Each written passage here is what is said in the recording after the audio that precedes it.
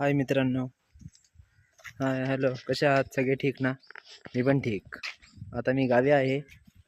गावी आता हा आमचा गाडा आहे.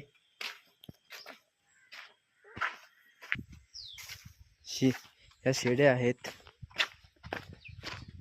हे दोन आमचे ट्रॅक्टर, ट्रॉली, गाडा, खंबे, शिडी वगैरे हे सर्व काही आहे आपल्याकडं अवेलेबल. एकदम कसं ओके मध्ये.